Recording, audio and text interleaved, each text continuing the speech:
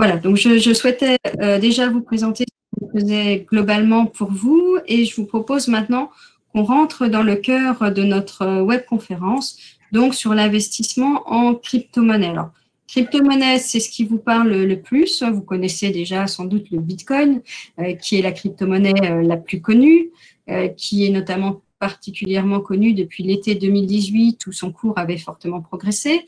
Cette année aussi, après une chute, son cours a progressé, y compris ces dernières semaines. Mais voilà, c'est quelque chose en tout cas qui fluctue beaucoup et qui n'est pas sans risque pour différentes raisons. Donc dans le langage courant, on parle de crypto-monnaies. En fait, ce sont plutôt des actifs virtuels et qui font partie vraiment de la catégorie de ce qu'on appelle des crypto-actifs. Donc, c'est des actifs numériques, digitaux, et avec la particularité d'utiliser un réseau informatique et ce qu'on appelle une blockchain. Donc, c'est une chaîne de blocs qui vont parler entre eux. Donc, un réseau informatique avec protocole très spécifique, très technique de validation des transactions. Pour ceux qui sont peut-être un peu plus aguerris en matière de technique informatique, il y a notamment un protocole connu qui est le Proof of Work avec une puissance de calcul importante. Ce qu'il faut aussi avoir en tête, c'est que le fonctionnement de la blockchain est décentralisé. Donc, c'est quelque chose de complètement nouveau. Il n'y a pas besoin de l'intervention d'un tiers de confiance pour effectuer et valider les transactions. Donc, on voit en tout cas que tout ce qui est cryptoactif, c'est vraiment très, très spécifique et très technologique. Donc maintenant, je vais passer la parole à Mathieu pour qu'il vous présente les différentes formes d'investissement en crypto-monnaie ou en crypto-actifs parce qu'elles sont de plusieurs natures, et y compris en vous présentant comment ça fonctionne, mais aussi les risques. Parce que voilà, comme je l'ai déjà dit, les risques sont importants, il faut bien les avoir en tête. Donc Mathieu, tout d'abord, est-ce que tu peux nous expliquer ce que sont les produits dérivés sur crypto-actifs ? Merci Florence. Alors oui, tout à fait. Pour commencer, donc dans les différentes catégories d'investissement dans les cryptoactifs qu'on pourra voir aujourd'hui, on va commencer par les produits dérivés. Donc les produits dérivés sur cryptoactifs sont des instruments financiers, comme peuvent l'être les options ou les CFD, donc contrats pour la différence en français. Et donc ces instruments ont la particularité d'être des produits dérivés, donc des produits financiers dont le sous-jacent est un cryptoactif, comme peut l'être le Bitcoin, mais ça peut marcher pour d'autres cryptoactifs. Alors, le fonctionnement de ces produits, il est assez simple. Donc, les CFD, donc contrats pour la différence, ce sont des produits financiers qui permettent de parier soit à la hausse, soit à la baisse d'un produit financier ou d'un sous-jacent, pardon, comme un cryptoactif.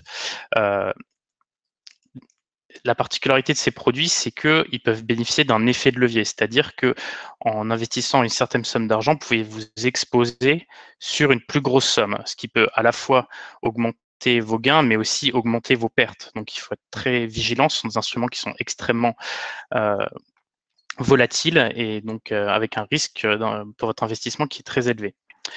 À savoir que l'effet de levier maximum pour des CFD dont le sous-jacent est un cryptoactif est de 2 au maximum, c'est-à-dire que vous ne pouvez vous exposer qu'à 2 fois le montant que vous avez investi. Alors, il faut savoir que depuis l'hiver 2018, l'AMF considère que donc, ces CFD, ces contrats pour la différence et les produits dérivés sur cryptoactifs constituent des instruments financiers.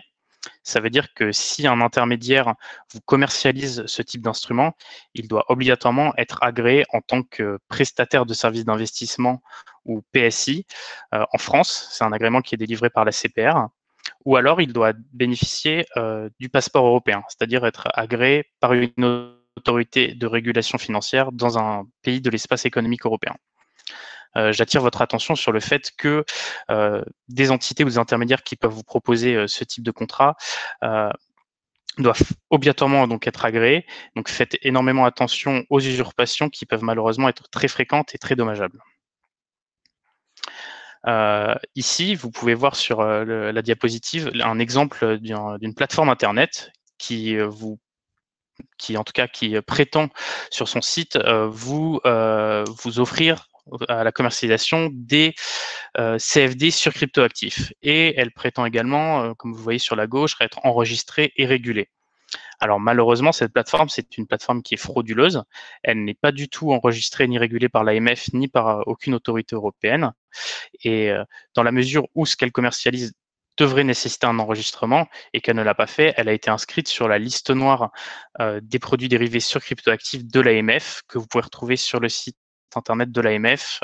Et cette inscription, elle date déjà d'il y a plus d'1 an. Donc faites vraiment attention lorsque vous naviguez sur Internet et ne prenez vraiment pas pour argent comptant ce que peuvent vous dire des sites ou des intermédiaires au téléphone ou par mail. Ce n'est pas parce que c'est écrit que c'est forcément vrai.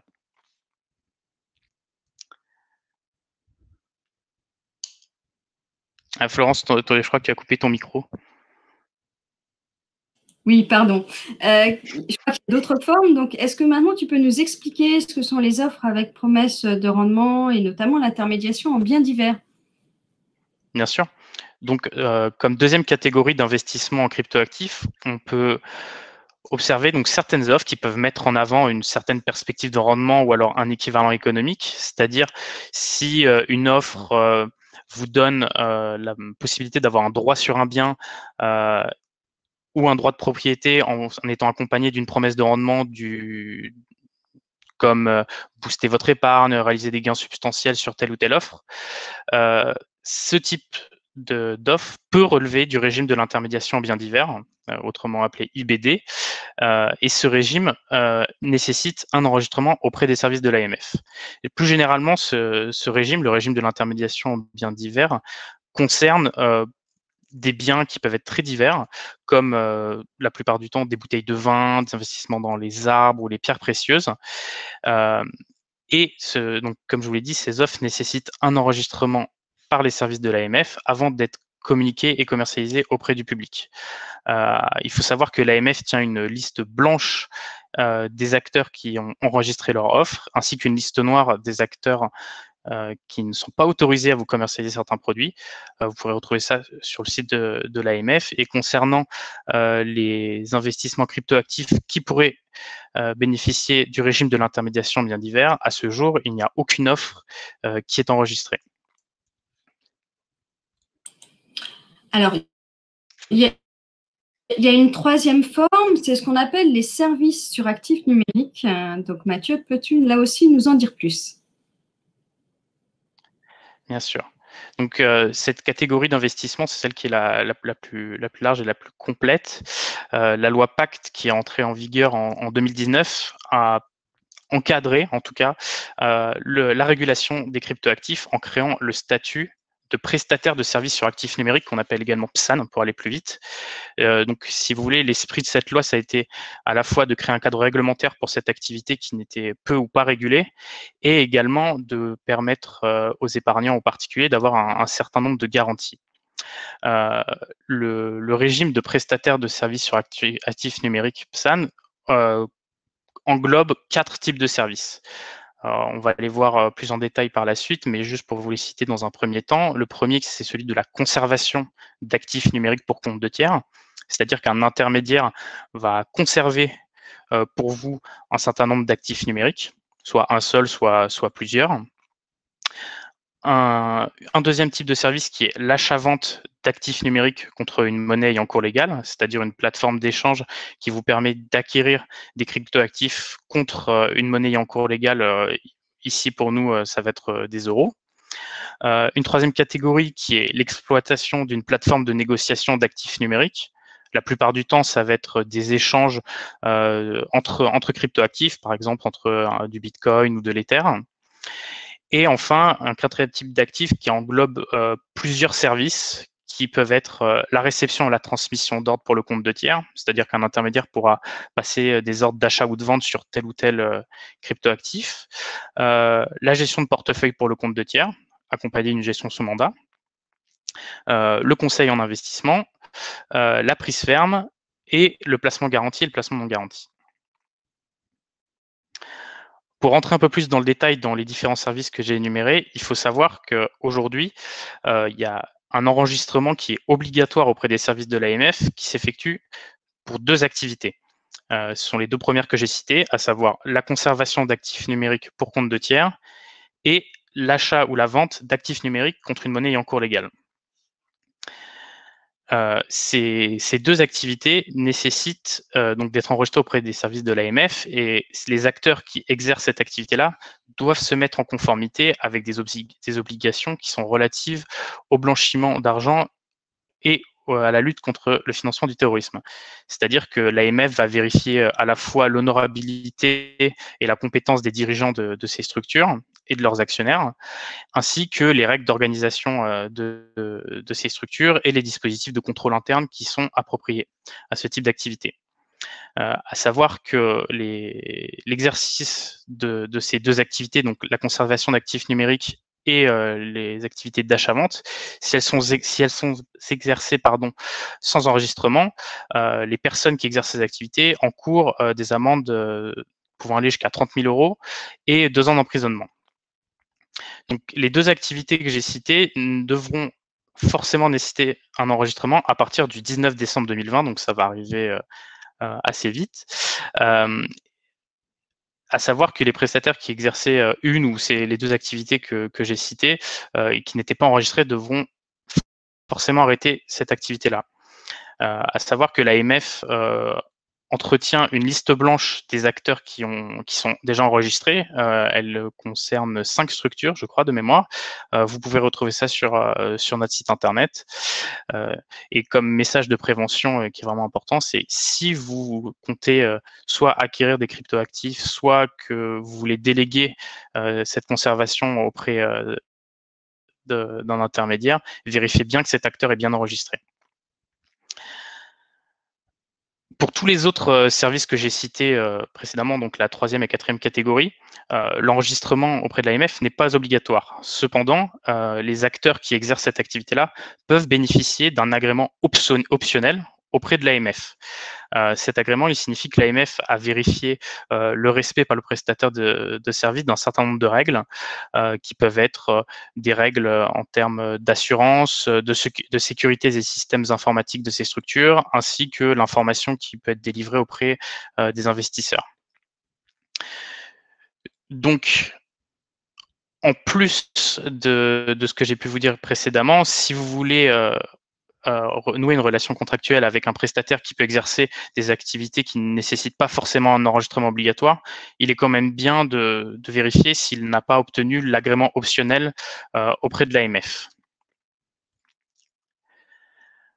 Alors, ici, je ne sais pas si vous arrivez à lire précisément, mais voici une plateforme, par exemple, qui proposait, alors c'est écrit en petit, mais un compte de stockage, ou en tout cas des outils qui vous permettaient de conserver vos actifs numériques.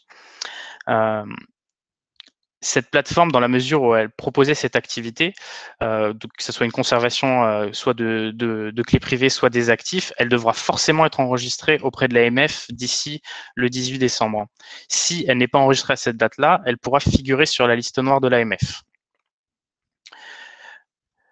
De la même manière, cette autre plateforme précise dans ses mentions légales que elle précise clairement qu'elle propose de l'achat ou de la vente de cryptoactifs en monnaie et contre de la monnaie et en cours légal.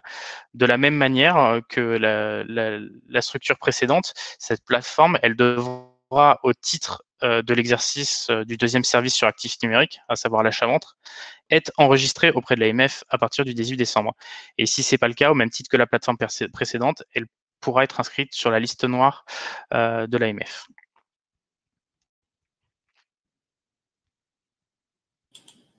Et donc Mathieu, il y a une 4e et dernière manière d'investir en crypto-monnaie, c'est ce qu'on appelle les ICO. Alors, qu'est-ce que veut dire cet acronyme bizarre? Alors, les ICO, ou Initial Coin Offering en anglais, sont en réalité des opérations de levée de fonds par lesquelles une société ou une structure a besoin d'un financement. Elle peut émettre des jetons, qu'on appelle aussi en anglais des tokens, auxquels des investisseurs peuvent souscrire. D'ailleurs, le plus souvent, ils les souscrivent grâce à certaines crypto-monnaies. Et la souscription de ces jetons permet ensuite donc de financer une structure et d'accéder à tel ou tel service ou à des produits grâce à ce financement. Il faut savoir que cette source de financement, elle est assez alternative. Elle est réalisée via la technologie de la blockchain et elle peut ressembler un peu au financement participatif ou à des techniques de levée de fonds proches du capital risque. Souvent, elle concerne des structures qui sont peu développées, donc il faut faire extrêmement attention. Aucune garantie n'est donnée quant à la liquidité des jetons que des particuliers peuvent souscrire. Et il n'y a pas non plus de garantie sur l'existence d'un marché secondaire qui vous permettra soit d'échanger, soit de racheter ou de revendre les jetons que vous avez pu acquérir lors de cette levée de fonds, et ni même de leur valeur en euros ou en monnaie en cours légal à la fin. Il faut savoir qu'à ce jour, il y a 3 ICO qui ont obtenu un visa de l'AMF. C'est un visa qui est optionnel. Et la liste des ICO qui ont reçu ce visa est également disponible sur le site de l'AMF. Oui, donc comme je vous ai dit, effectivement, la loi Pacte, au même titre que du régime des prestataires sur actifs numériques, a créé donc un visa optionnel pour ces levées de fonds. Il faut savoir que ce visa, il est uniquement disponible pour les jetons dits classiques, c'est-à-dire pour les utility tokens et non pas les security tokens qui peuvent être assimilés à des titres financiers, c'est-à-dire donc des titres financiers qui rentreraient pour le coup dans un régime de l'offre publique de titres financiers et non pas dans les régimes de l'ICO. Je tiens à préciser que le visa optionnel octroyé par l'AMF ne concerne que l'offre. L'AMF ne suit pas du tout l'émetteur de cette levée de fonds et ne suit pas non plus le projet dans toute sa durée de vie. Il faut savoir que l'obtention du visa, elle est conditionnée à un certain nombre d'exigences qui portent essentiellement sur l'émetteur et notamment sur la qualité de l'information qui est donnée aux investisseurs. Comme j'ai dit, ce visa, il est optionnel et il ne constitue pas du tout une incitation de l'AMF à investir dans tel ou tel projet. Donc, encore une fois, si vous comptez investir dans une ICO, regardez bien si l'ICO a reçu ce visa optionnel qui peut être un gage de qualité, mais encore une fois, pas une incitation à investir.